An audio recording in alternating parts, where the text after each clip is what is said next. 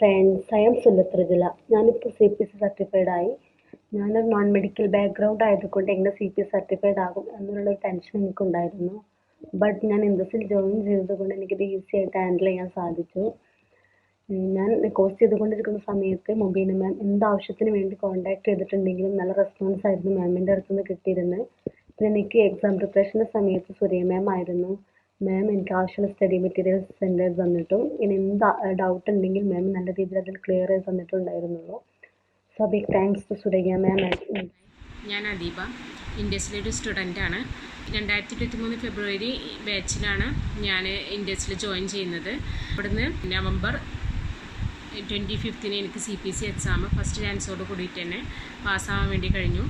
73% ആയിരുന്നു മാർക്ക്. ഞങ്ങളുടെ ഫാക്കൽറ്റി ഉണ്ടായിരുന്നത് സുരയ്യ മാം ആയിരുന്നു.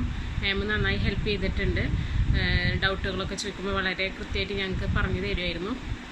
ക്ലാസ് നല്ല ക്ലാസ് ആയിരുന്നു. പിന്നെ മുബീന മാം ആണെങ്കിലും ഇടയ്ക്കിടെയുള്ള മീറ്റിങ്ങുകളും അതുപോലെ ഞങ്ങളുടെ ഓരോ എക്സാം കഴിയുമ്പോഴും മീറ്റിംഗ് കണ്ടക്ട് ചെയ്തിട്ട് തിരക്കേറിയ സമയത്തും ഞങ്ങൾക്ക് ഓരോ കാര്യങ്ങൾ പറഞ്ഞു തരുമായിരുന്നു.